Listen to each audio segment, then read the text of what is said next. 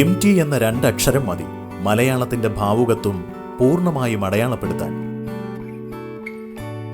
എഴുത്തിന്റെയും മാധ്യമ പ്രവർത്തനത്തിന്റെയും സിനിമയുടെയും വഴിയിൽ MT സമ്മാനിച്ച വിസ്മയങ്ങൾ ഇന്നും കാലാതിവർത്തിയായി നിൽക്കുന്നു. ഇതിലപ്പുറം ഈ ആയുസ്സിൽ ഇനി എന്തു വേണം? എഴുതാനുള്ള മനസ്സുണ്ടായിരിക്കുക എന്നതാണ് പ്രധാനമെന്ന് പുതുതലമുറയെ MT എന്നും ഓർമ്മിപ്പിച്ചുകൊണ്ടേയിരിക്കുന്നു. എഴുതിയാൽ തീരാത്ത വിസ്മയത്തിന്റെ പേരാണ് MT എന്ന് പറയുന്നത് വെറുതെയല്ല. നമ്മുടെ സാഹിത്യത്തെയും പത്രപ്രവർത്തനത്തെയും സിനിമയെയും അടിമുടി മാറ്റി തീർക്കാൻ MTയോളം കഴിഞ്ഞ മറ്റാരും തന്നെയില്ലെന്ന് മലയാളി തുറന്നു സമ്മതിക്കും. പത്രാധിപർ, എഴുത്തുകാരൻ, സംവിധായകൻ എന്നീ 3 നിലകളിലും MT സമ്പൂർണ്ണ വിജയമാണ്. തികഞ്ഞ മതേതരവാദിയും മനുഷ്യസ്നേഹിയുമായി MT നമുക്കിടയിൽ ജീവിക്കുന്നു. മറ്റൊരാളാവാൻ കഴിയാത്ത വിധം വ്യത്യസ്തവും മൗലികവുമായ ജീവിതത്തിന്റെ ഉടമ കൂടിയായ MT ഭാഷയെയും എഴുത്തിനെയും ചുറ്റുപാടുകളെയും കുറിച്ച് മനസ്സു തുറക്കുന്നു. മലയാള ഭാഷയ്ക്ക് കിട്ടിയിരിക്കുന്നപ്പോൾ വലിയൊരു പദവി, ഒരു എഴുത്തിൻ്റെ ഇതിൽ മലയാളത്തിനോട് അർപ്പിച്ചിരിക്കുന്ന ആ ഒരു പ്രയത്നം വിഫലമായില്ല എന്നൊരു തോന്നൽ ഈ ഒരു ഘട്ടത്തിൽ ഉണ്ടാവുന്നില്ലേ? ഞാനതിനെപ്പറ്റി ഒരു അല്പം ഭിന്നമായിട്ടൊരു അഭിപ്രായം ഈ അടുത്ത് ഒക്കെ പറയുണ്ടായി. ഇത് നമ്മളിവിടെ കുറേ ആളുകൾ ശ്രമിച്ചു, എന്നിട്ട് അതിനൊരു കമ്മിറ്റി ഉണ്ടാക്കി. കമ്മിറ്റി തീരുമാനിക്കണം എന്ന് പറഞ്ഞു. അക്കാഡമിയാണ് കമ്മിറ്റി ഉണ്ടാക്കിയത്. ശരി, ആ പദവി നൽകി. പക്ഷെ അതിനു മുമ്പേ നമ്മുടെ മനസ്സിൽ നമ്മൾ എന്ത് പദവി കൊടുക്കുന്നുണ്ട്, അതാണ് കാര്യം. ഇപ്പോൾ നമ്മുടെ നാട്ടിൽ മലയാളം പറഞ്ഞിട്ടുണ്ടെങ്കിൽ ശിക്ഷിക്കുന്ന സ്കൂളുകളുണ്ടായിരുന്നു, ഇപ്പോഴും ഉണ്ടെന്നാണ് ചിലർ അപൂർവം പറയുന്നു. അപ്പോൾ നമ്മുടെ രക്ഷിതാക്കൾക്ക് നമ്മൾക്ക് നമ്മുടെ ഭാഷയോട് എന്ത് സമീപനമാണുള്ളത്? ഇപ്പോൾ കഴിഞ്ഞ 1 വർഷമായി നമ്മൾ പറയാൻ പോകുന്ന ഔദ്യോഗിക ഭാഷ, മുഖ്യമന്ത്രിയൊക്കെ അത് സമ്മതിച്ചു എന്ന് മാത്രമല്ല, ഓർഡർ ആയി. പക്ഷെ ഓർഡർ ഇനിയും വന്നിട്ടില്ല.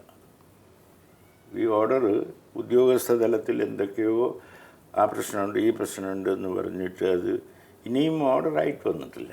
അത് ഈ സാങ്കേതിക തടസ്സം ബോധപൂർവം തന്നെ സൃഷ്ടിക്കപ്പെടുന്നതാണ് ആണെന്ന് കൂടി നമ്മൾ സംശയിക്കേണ്ടിയിരിക്കുന്നു. കാരണം മുഖ്യമന്ത്രി ഇങ്ങനെ പറഞ്ഞു, ഇത് പെട്ടെന്ന് വരുന്നു എന്ന് പറഞ്ഞു. അദ്ദേഹം ഉണ്ടാക്കിയ ഓർഡർ അന്ന് അവിടെ അദ്ദേഹത്തെ കാണാൻ പോയിട്ടുള്ള സഹോദരന്മാരി ഇങ്ങനെ ആളുകൾക്കൊക്കെ വായിച്ചു കൊടുക്കുകയും ചെയ്തു. പക്ഷേ ആ ഓർഡർ ഇനിയും വന്നിട്ടില്ല.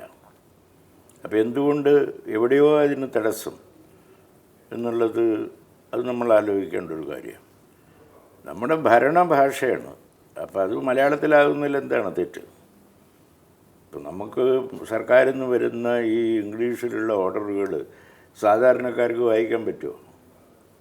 അവർ വേറെ എവിടെയെങ്കിലും ഓടി നടക്കേണ്ടി വരില്ലേ?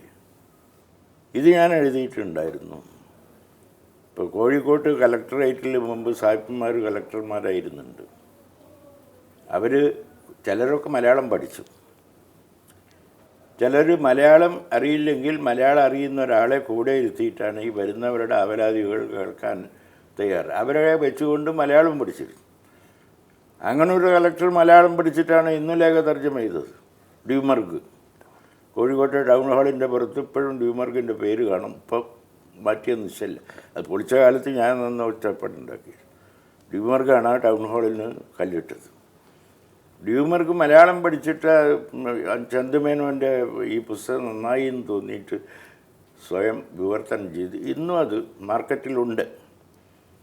ഇപ്പോൾ ഈ സാഹിബന്മാരൊക്കെ മെനക്കെട്ട് മലയാളം പഠിച്ചിരുന്നു. നമ്മുടെ ആളുകൾക്ക് ഈ ഭരണത്തിലിരിക്കുന്നവർക്ക് മലയാളം ഉപയോഗിക്കാൻ എന്താ മടി? അപ്പോൾ നമ്മുടെ ഭരണഭാഷ നിർബന്ധമായിട്ടും മലയാളത്തിൽ വരണം, കോടതി ഭാഷയും വരണം. ഭരണതലത്തിൽ നിന്ന് വരുമ്പോൾ വിദ്യാഭ്യാസത്തിൻ്റെ ഇത് വരെ ഇത്ര ക്ലാസ് വരെയെങ്കിലും മിനിമം മലയാളം പഠിച്ചിരിക്കണം എന്നുള്ളത് വരെ. ഇപ്പോൾ അത് ഞാൻ എഴുതിയിട്ടുണ്ട്. ഒരിക്കൽ ഡൽഹിയിൽ വെച്ചിട്ട് ഫ്രഞ്ച് എഴുത്തുകാരുടെ ഒരു സമ്മേളനം ഉണ്ടായി. അവിടുത്തെ പ്രധാന എഴുത്തുകാരൊക്കെ ഉണ്ട്. അവിടെ വന്നിട്ടുള്ള മദം കോസ്ത വലിയ എഴുത്തുകാരിയാണെന്ന് മൂന്നിനൊക്കെ പറഞ്ഞു. ഒരു ടീ ബ്രേക്കിൽ ഞാൻ ഇവരോട് വെറുതെ ചോദിച്ചു. അപ്പോൾ അവരുടെ 2 മക്കൾ, ഒരു രണ്ടാമത്തെ മകൻ എൻജിനീയറിങ്, മൂത്താൾ ഫിലോസഫിയാണ്. അപ്പോൾ അവർ പറഞ്ഞ് ഏത് സബ്ജക്റ്റ് എടുത്ത് പഠിച്ചാലും ശരി ഫ്രഞ്ച് ലാംഗ്വേജ് ആൻഡ് ലിറ്ററേച്ചർ പഠിച്ചിരിക്കണം. അത് കഴിഞ്ഞ് അപ്പുറമൊക്കെ പഠിക്കും. അത് നിർബന്ധമാണ്.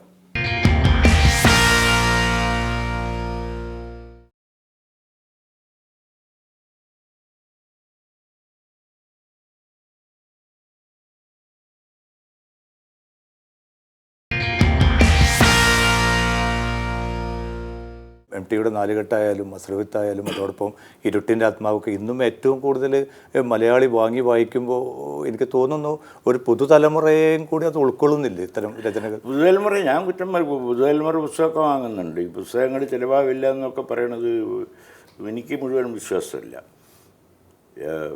ഈ പുസ്തകങ്ങളൊക്കെ അനേകം എഡിഷൻസ് വരുന്നുണ്ട്. ഇതൊന്നും പഴയ ആളുകളുടെ കയ്യിലൊക്കെ ഇഷ്ടംപോലെ പുസ്തകങ്ങളുണ്ട്. ഇതൊക്കെ വാങ്ങുന്നവരോ ഫെയർ കഴിഞ്ഞിട്ട് വരുമ്പോൾ അവരോട് അന്വേഷിക്കുമ്പോൾ പുതിയ തലമുറ തന്നെ വാങ്ങുന്നുണ്ട്. എൻ്റെ പുസ്തകങ്ങളെ കാര്യം എനിക്ക് അസലായിട്ട് അറിയാം. അപ്പോൾ മറ്റുള്ളവരുടെയും അതേപോലെ തന്നെ ഉണ്ട്. എന്തുകൊണ്ട് എൻ്റെ ഈ പഴയ പുസ്തകം നാലുകെട്ട് ഓക്സ്ഫോർഡ് യൂണിവേഴ്സിറ്റി പബ്ലിഷ് ചെയ്തപ്പോൾ, ഇംഗ്ലീഷ് പബ്ലിഷ് ചെയ്തപ്പോൾ അവർ തന്നെ വളരെ സംശയിച്ചിട്ടൊക്കെ പബ്ലിഷ് ചെയ്ത്. പക്ഷെ അത് വിറ്റുകൊണ്ടേയിരിക്കുന്നു. അപ്പം ഞാനിതിനെപ്പറ്റി ഒരു അന്വേഷണം നടത്തിയപ്പോൾ അവർ പറഞ്ഞു ടൂറിസ്റ്റുകൾ വാങ്ങുന്നുണ്ടെന്ന്.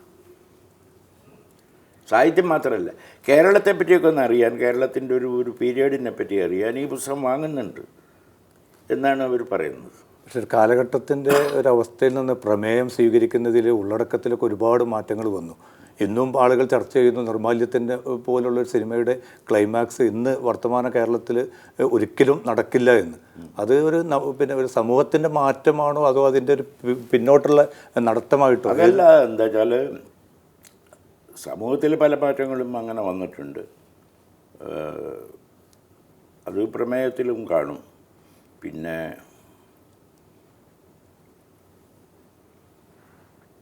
സ്പർദ്ധകൾ കൂടുതലായി, അതാണ് ഒന്നാമത്തെ കാര്യം. സ്പർദ്ധകളുടെ ഇപ്പോൾ എൻ്റെ ഗ്രാമം എന്ന് പറഞ്ഞാൽ ഞാൻ വളരെ അഹങ്കരിച്ചിരുന്നൊരു ഗ്രാമമാണ്. ഞങ്ങളൊരു 50-50, ഒരു 50% ഹിന്ദുക്കളും 50% മുസ്ലിംസും ഉള്ളതാണ്. 55-45 എന്ന് പറയാം. അവിടെയൊക്കെ വളരെ ഐക്യത്തിൽ കഴിഞ്ഞിരുന്ന പ്രദേശം, വളരെയധികം ഐക്യത്തിൽ. ഈ കുറേ കഴിഞ്ഞപ്പോൾ എനിക്ക് അതിന് മാറ്റം എനിക്ക് തന്നെ ഫീൽ ചെയ്യും. കാരണം ഞങ്ങളുടെ അമ്പലത്തിലെ ഉത്സവത്തിനൊക്കെ അന്ന് കുറേ കൊല്ലം, ഒരു 10-20 കൊല്ലമായി, എവിടുന്നോ ആരോ എന്നെ കാണാം, ഞാൻ നാട്ടിലാണെന്ന് അവിടെ വന്നു. അവിടുത്തെ ഈ ഉത്സവത്തിൻ്റെ ഘോഷയാത്ര പെൺകുട്ടികൾ താലൊക്കെ എടുത്തിട്ട് മുമ്പ് ഇപ്പോൾ ഞാൻ എൻ്റെ അവിടെ ഇരിക്കുമ്പോൾ എന്നോട് വന്ന് ചോദിക്കുന്നത്, അല്ലപ്പോൾ അവർ അല്ലാതെ ഈ വെയിലത്ത് വരുമ്പോഴേ അവർക്ക് എവിടെയെങ്കിലും ഒന്ന് വെള്ളം കൊടുക്കണ്ടേ, ഒന്ന് നിർത്തിയിട്ട്, അതിപ്പോൾ എവിടെയാണ്?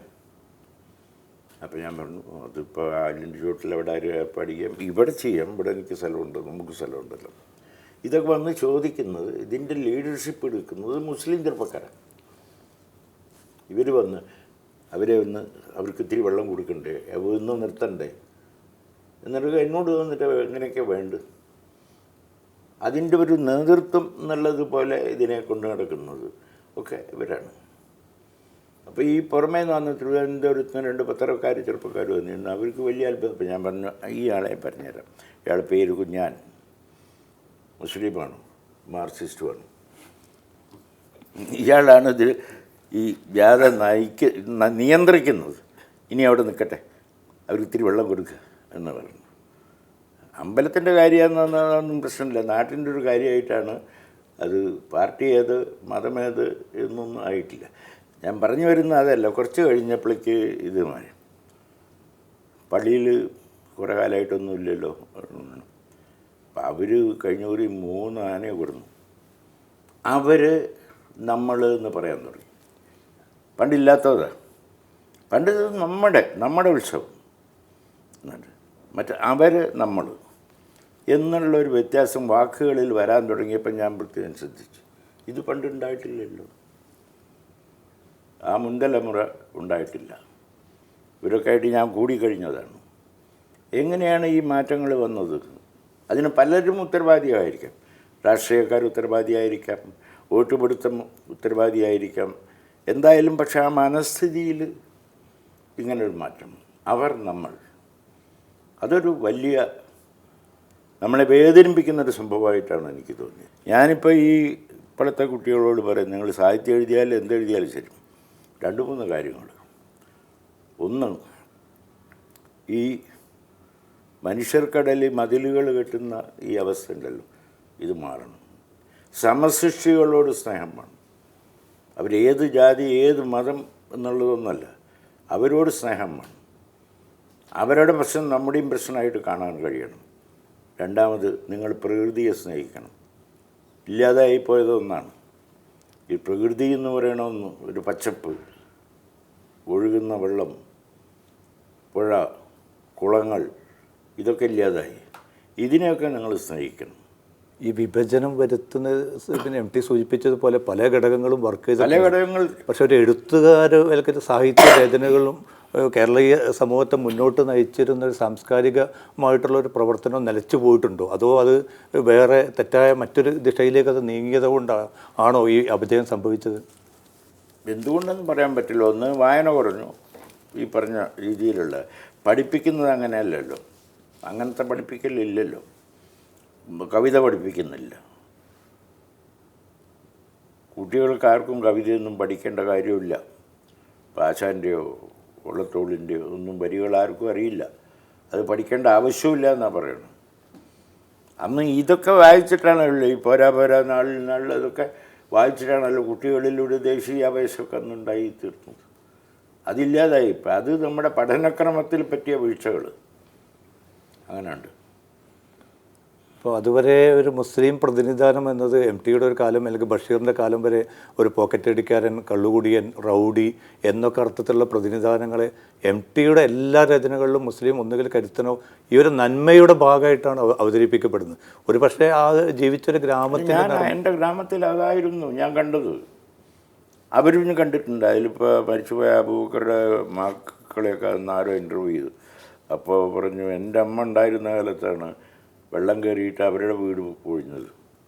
രാത്രി ആമിനമ്മ അബൂബക്കറും ഈ കുട്ടികളെയൊക്കെ വാരി കൂട്ടിയിട്ട് ഞങ്ങളുടെ തറവാട്ടിലേക്ക് വന്നു, അവിടെ താമസിച്ചു.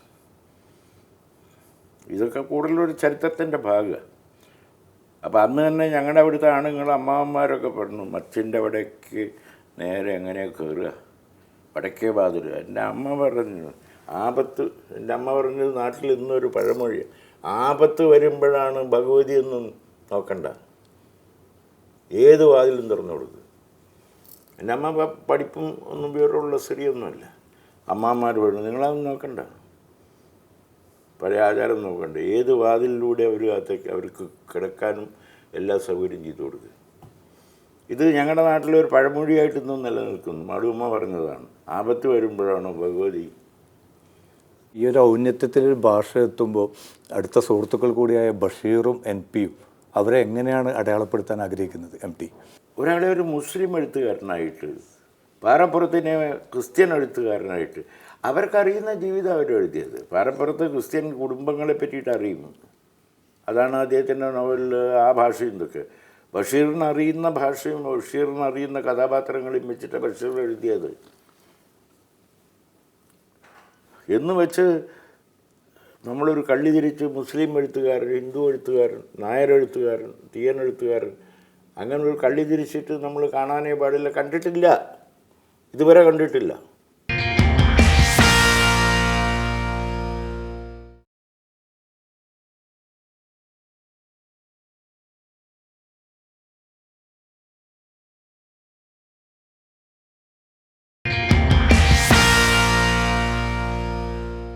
താങ്കളിപ്പോൾ എത്തിയിരിക്കുന്നത് ഇപ്പോൾ പ്രവാസ ലോകത്താണ്. പ്രവാസ ലോകത്ത് ഒരു പക്ഷേ എനിക്ക് തോന്നുന്നു ഏറ്റവും കൂടുതൽ അടയാളപ്പെടുത്താൻ ആഗ്രഹിച്ച ഒരു എഴുത്തുകാരൻ എല്ലാ നിലക്കും ഇപ്പോൾ വിൽക്കാനുണ്ട് സ്വപ്നങ്ങളിൽ തുടങ്ങി നിരവധി മേഖലകളിലും രചനകളിലും അത് പ്രതിഫലിച്ചിട്ടുണ്ടായിരുന്നു. അപ്പോൾ ഈ പ്രവാസത്തെ ഈ മലയാള ഭാഷയും ഈ പ്രവാസികൾ അതെങ്ങനെ കാണുന്നു എന്നുള്ളതിനെ പറ്റി ഒന്ന് പറഞ്ഞു. പ്രവാസികളുടെ ഇടയിൽ പ്രവാസികൾ മാത്രമല്ല, ഈ കേരളം വിട്ടുപോയി മറുനാടുകളിൽ താമസാക്കിയിട്ടുള്ള ആളുകൾക്കൊക്കെയും ഭാഷയോട് വലിയ അഭിരുചിയുണ്ട്.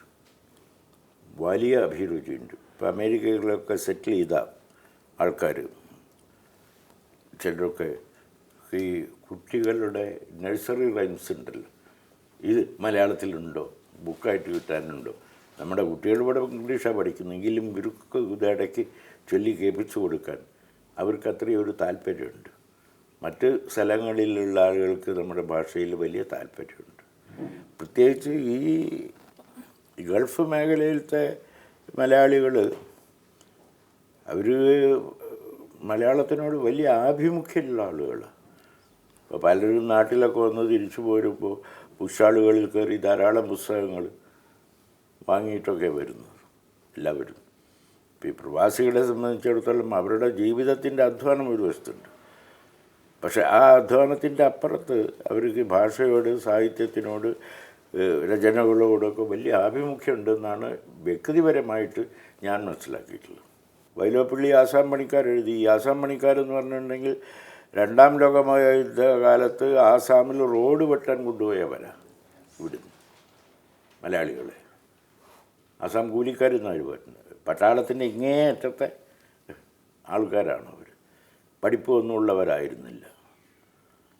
ഇവർ ഏറ്റവും അധികം വാങ്ങിയത് ചങ്ങമ്പുഴയുടെ രമണനാണ്. അവർക്ക് മലയാളം അറിയില്ലെങ്കിലും കൂട്ടത്തിൽ ഒരാൾ മലയാളം അറിയുന്നുണ്ടാവും. എന്നാലും ഒരു ബുക്ക് എൻ്റെ സ്വന്തമായിട്ട് വേണമല്ലോ എന്ന് ₹1 കൊടുത്ത് നാട്ടിൽ നിന്ന് എങ്ങനെയെങ്കിലും സമ്പാദിക്കും. ഒരാൾ മലരാണി കാടുകൾ തിങ്ങി വിങ്ങി മരതക ഗാന്ധിയിൽ മുങ്ങും ഒരാൾ പാടുമ്പോൾ അവരുടെ മനസ്സിൽ അവർ കടന്നു പോകുന്നിട്ടുള്ള അവരുടെ ഗ്രാമത്തിൽ ഈ മരതക ഗാന്ധിയൊന്നും ഉണ്ടാവില്ല. എന്നാലും അവർക്ക് അങ്ങനെ ഒരു സങ്കല്പം ഉണ്ടായിരുന്നു. ചങ്ങമ്പുഴ ക്ഷയം പിടിച്ച് മരിക്കാൻ കിടക്കുന്ന സമയത്ത് EM കോവൂർ ഈ അന്നത്തെ ജയകേരളം വളരെ പ്രസിദ്ധമായിട്ടുള്ളത്, അദ്ദേഹം ക്ഷയരോഗിയാണ്, സാമ്പത്തിക പരാധീനതയുണ്ട്. ഒരു ചെറിയ നോട്ട് എഴുതി, ₹1 മണി ഓർഡറുകൾ ഇന്ത്യയുടെ നാനാഭാഗത്തു നിന്നും വന്നുകൊണ്ട്. എടപ്പള്ളി പോസ്റ്റ് ഓഫീസിൽ അതിനെ മാനേജ് ചെയ്യാൻ പറ്റില്ല. അടുത്ത് വേറൊരു പോസ്റ്റ് ഓഫീസ് തുറക്കേണ്ടി വന്നു. ഇതൊരു സാഹിത്യ ചരിത്രത്തിൻ്റെ ഒരു ഭാഗം. ഞാൻ ഇംഗ്ലീഷിൽ എവിടെയോ അത് എഴുതിയിട്ടുണ്ട്. വേറൊരു പോസ്റ്റ് ഓഫീസ് തുറക്കേണ്ടി വന്നു ചികിത്സയ്ക്ക്. വായിക്കാത്തവരാണ് ഈ കേട്ട് മറ്റുള്ളവർ വായിച്ച് കൊടുത്ത് കിട്ടിയിട്ടുള്ള അറിവ് വെച്ചുകൊണ്ട് രമണനും ബാഷ്പാഞ്ജലിയും ഒക്കെ വെച്ചുകൊണ്ട് ഇവരൊക്കെയും ₹1 ₹2 മണി ഓർഡറുകൾ അയച്ചു. നമ്മുടെ ഈ പൂർവികന്മാർ കടന്നു പോന്നിട്ടുള്ള ഈ ഭാഷയെപ്പറ്റി നമ്മൾ പറയുമ്പോൾ നമ്മൾ അതിനെപ്പറ്റി ആലോചിക്കണം. സ്വന്തമായി അച്ചടിച്ചിട്ട് കെട്ടി വോട്ട് ചട്ടിയിലും ചന്തസ്ഥലങ്ങളിലും പോയിട്ട് പുസ്തകം വിറ്റിരുന്നു വൈക്കം മുഹമ്മദ് ബഷീർ.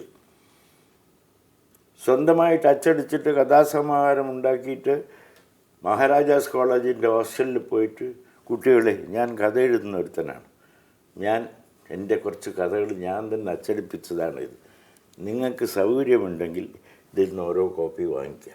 ഒരു കുട്ടിയും കൂവിയില്ല. ഒരു കുട്ടിയും കൂവുക പരിഹസിക്കുകയോ ചെയ്തില്ല.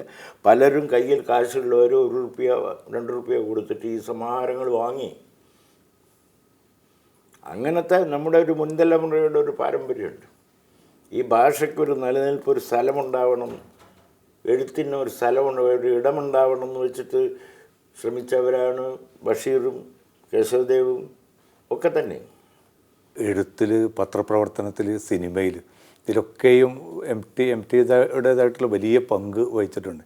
പക്ഷേ അത് ഈ 3 രംഗങ്ങളിലും ഇപ്പോൾ വരുന്ന വ്യതിയാനങ്ങൾ, അത് പലതും ന്യൂ ജനറേഷൻ പല പേരിട്ട് വിളിക്കപ്പെടുമ്പോഴും MT എന്ന ഒരു എഴുത്തുകാരൻ, ഒരു സാധാരണ മനുഷ്യൻ ഇതിനെങ്ങനെയാണ് വിലയിരുത്തുന്നത്? ഈ നമ്മുടെ ദുഃഖം, നമുക്കിതിന് പരിഹാരങ്ങൾ പലപ്പോഴും കാണാൻ പറ്റുന്നില്ല. നമ്മുടെ ദുഃഖം നമ്മൾ സമാന മനസ്കരായിട്ട് ഇതേപോലെ ഇരുന്ന് പറയുമ്പോൾ നമ്മുടെ ദുഃഖം പങ്കുവയ്ക്കുക, ഇത് മാത്രമേ ഉള്ളൂ. പിന്നെ ഈ ലോകത്തിലുള്ള പല ദൈന്യങ്ങൾ, മിസറി, ഈ ദൈന്യങ്ങൾ കാണുമ്പോൾ ഇതിന് പരിഹാരം നമുക്ക് പറയാൻ പറ്റുന്നില്ല. എൻ്റെ കഥ വായിച്ചോളൂ, എൻ്റെ പുസ്തകം വായിച്ചോളൂ, മാറില്ല. പക്ഷെ എനിക്ക് ആകെ ചെയ്യാൻ കഴിയുന്നു, നോക്കൂ, അതിഭയങ്കരമായ ഈ നാശത്തിൻ്റെ ഒരു ദൈന്യത്തിൻ്റെ ഗർത്തത്തിൻ്റെ വക്കിലൂടെയാണ് നിങ്ങളൊക്കെ നടക്കുന്നത്, നമ്മളൊക്കെയും നടക്കുന്നത്. അതിൽ വീഴാതിരിക്കാൻ ശ്രമിക്കുക എന്ന് എൻ്റെ മനസ്സിലൊരു പ്രാർത്ഥനയുണ്ട്. അത് നിങ്ങൾ കേട്ടാൽ ഞാൻ സംതൃപ്തൻ. ഇതേ എനിക്ക് പറയാൻ പറ്റൂ. രക്ഷിക്കാൻ പറ്റില്ല, പക്ഷേ അപകടമാണ്, വലിയ അപകട. നിങ്ങളുടെ ശരീരത്തിനകത്ത് അനേകം ഈ ജീർണതയുടെ അണുക്കൾ കയറിയിട്ടുണ്ട്. അത് മതത്തിൻ്റെയും ജാതിയുടെയും എന്തിൻ്റെയും ആ അണുക്കൾ പരന്ന് പരന്ന് നിങ്ങളുടെ ശരീരത്തിൽ മുഴുവൻ വ്യാപിക്കുന്നത് നിങ്ങൾ കരുതിയിരിക്കുക, അതാവാതിരിക്കാൻ നോക്കുക എന്നൊരു നിശബ്ദ പ്രാർത്ഥന എന്നുള്ളതാണ് എഴുത്ത്. സമീപകാലത്ത് കുറേ നല്ല രചനകൾ സിനിമയിലായാലും പിന്നെ എഴുത്തിൻ്റെ രംഗത്തായാലും ഉണ്ടായിട്ടുണ്ട്, പ്രത്യേകിച്ച് പ്രവാസ ലോകവുമായിട്ട് ബന്ധപ്പെടുത്തിക്കൊണ്ട്. ഉണ്ട് മാറ്റങ്ങൾ വരുന്നുണ്ട്. അത് നമ്മളവിടെ ശ്രദ്ധിച്ചിട്ടുണ്ട്, വളരെയധികം ശ്രദ്ധിച്ചിട്ടുണ്ട്. അവർക്ക് ഭാഷയോടുള്ള ഒരു അത് ഈ അകന്ന് ഇപ്പോൾ അവിടുന്ന് വിട്ടു ഇപ്പോൾ ഗ്രാമങ്ങളിൽ നിന്ന് വിട്ട് നഗരങ്ങളിൽ പോയി താമസിക്കുന്ന ആളുകളുടെ മനസ്സിൽ ഈ നഷ്ടപ്പെട്ടു പോയ വിട്ടുപോയത് ഒരു ഗ്രാമത്തിൻ്റെ ഒരു പിക്ചറുണ്ടല്ലോ, അതേപോലെ തന്നെ ഇവർക്ക് പലർക്കും നഷ്ടപ്പെട്ടു പോയ ഒരു ഭാഷ അത് നഷ്ടപ്പെടാതിരിക്കണം എന്നുള്ളതാണ്. ഈ വെസ്റ്റ് ഇൻഡീസിലെ കവി ഡെറിക് വാൾക്കോട്ട് നോബൽ സമ്മാനം കിട്ടിയിട്ടുണ്ട്. ഈ വാൾക്കോട്ട് ഒരിക്കൽ എഴുതുണ്ടായിട്ടുണ്ട്. അദ്ദേഹം എഴുതുന്ന ഇംഗ്ലീഷില്ല, അവർക്കൊരു ഭാഷയുണ്ടായിരുന്നു ക്രിയോൾ, വെസ്റ്റ് ഇൻഡീസുകാരുടെ. ആ ഭാഷ ഇല്ലാതായി.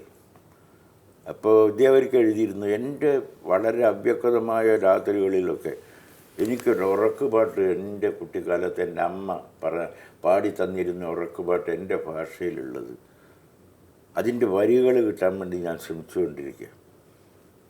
ആർക്കും അറിയില്ല ചോദിക്കുമ്പോൾ, പക്ഷേ എൻ്റെ മനസ്സിലുണ്ട്.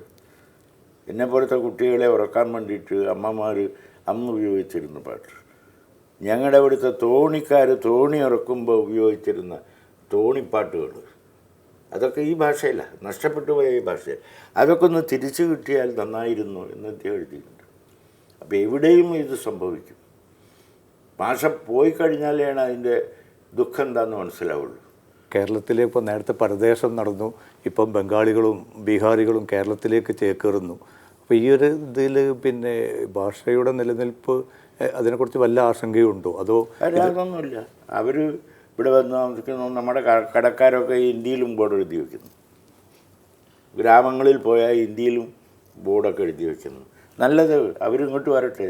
നമ്മൾ മറുഭാഗങ്ങളെ കുറേ നമ്മൾ ചൂഷണം ചെയ്തിട്ടില്ലേ, അവരിങ്ങോട്ട് വരട്ടെ, ഇവിടെയും പണിയെടുക്കട്ടെ. അസലായിട്ട് പണിയെടുക്കുന്നുണ്ട് അവർക്ക്. നല്ല എൻ്റെ അയൽവക്കത്തെ ഒരു ചെറിയ വീട്ടിൽ ഒരു 10-20 ബീഹാറികൾ താമസിക്കുന്നുണ്ട്. രാവിലെ പണിക്ക് പോകുമ്പോൾ കാണുന്നു എനിക്കറിയുന്ന മുറി ഭാഷ വെച്ചിട്ട് ഇന്ത്യയൊക്കെ വെച്ചിട്ടുണ്ട്. അവർ വളരെ സന്തുഷ്ട രാഷ്ട്രം പോലെ നാട്ടിലേക്ക് കുറച്ച് പണമൊക്കെ അയക്കുന്നു. ജനങ്ങളായിട്ട് അവർക്ക് യാതൊന്നുമില്ല, നല്ല ആളുകളാണെന്ന് അവർ പറയുന്നത്. അവരിവിടെ വന്നിട്ട് അവരും പണിയെടുക്കട്ടെ. ഒരൊറ്റ ചോദ്യം കൂടി, മനസ്സുകളെ അടുപ്പിച്ച് നിർത്താൻ ഈ ഒരു കാലഘട്ടത്തിൽ നമുക്ക് ചെയ്യാവുന്നത് എന്തായിരിക്കും? നമ്മൾ അതാണ് ഞാൻ പറഞ്ഞത്, ഈ മനസ്സുകളെ അടുപ്പിച്ച് നിർത്തുക എന്നുള്ളതിൽ ഭാഷ വലിയൊരു പങ്ക് വഹിക്കുന്നുണ്ട്. ഭാഷയിലൂടെ സാഹിത്യം വലിയൊരു പങ്ക് വഹിക്കുന്നുണ്ട്. അപ്പം അത് ഒരു പ്രധാനപ്പെട്ട ഒരു അജണ്ടയായിട്ട് എടുക്കണം. ഭാഷയെ വളർത്തുന്നതോട് കൂടിയിട്ട് നമ്മൾ സാഹിത്യത്തെ വളർത്തുന്നു, നിശ്ചയമായിട്ടും വളർത്തുന്നു. ആ സാഹിത്യത്തിലൂടെ സഞ്ചരിക്കുമ്പോഴാണ് പുതിയ തലമുറയ്ക്കൊക്കെ ഈ സൗഹൃദം, ബന്ധങ്ങൾ, ഇതിനെ പറ്റിയിട്ടുള്ള അതിൻ്റെ മൂല്യം എന്താണെന്നൊക്കെ മനസ്സിലാകുന്നു. നിശ്ചയമായിട്ടും അതാണ്. അങ്ങനെ തീർത്തും നിരാശാജനകമായിട്ട് ഞാൻ കാണുന്നില്ല എന്ന് ഞാൻ പറഞ്ഞുകൊണ്ട്, നമ്മളിപ്പോഴൊക്കെ ഒന്ന് ശ്രമിച്ചാൽ നമ്മുടെ വിദ്യാലയങ്ങളിൽ, കോടതികളിൽ, ഓഫീസ് മുറികളിലൊക്കെയും ധാരണ വേണം. അങ്ങനെ ഒന്ന് ശ്രമിച്ചാൽ ഭാഷയെ ഉയർത്തുന്നതോടുകൂടി നമ്മുടെ ജീവിതത്തെയും നമുക്കൊന്ന് ഉയർത്താം. എം ടിക്ക് എല്ലാവിധ നന്ദിയും ഭാവുകങ്ങളും നേരുന്നു. സന്തോഷം.